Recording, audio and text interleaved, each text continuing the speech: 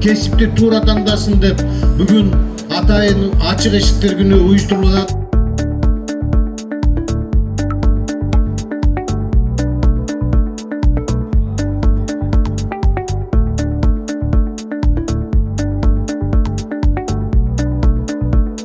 Студенттерге жакшы мүмкүнчүлүктөр бар экен.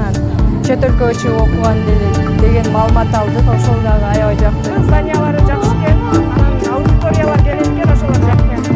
Германия башка чет өлкөлөргө соң шанстар бар экен, тапшырсаңыздар болот. Негизги кабыл алуу ошол июль айынан башталып, атайын онлайн форматта жүрөт. ОЭРТ менен катталышат. Жалал абад мамлекеттик университети 2026 жылга кабыл алууга бардык тараптан даяр.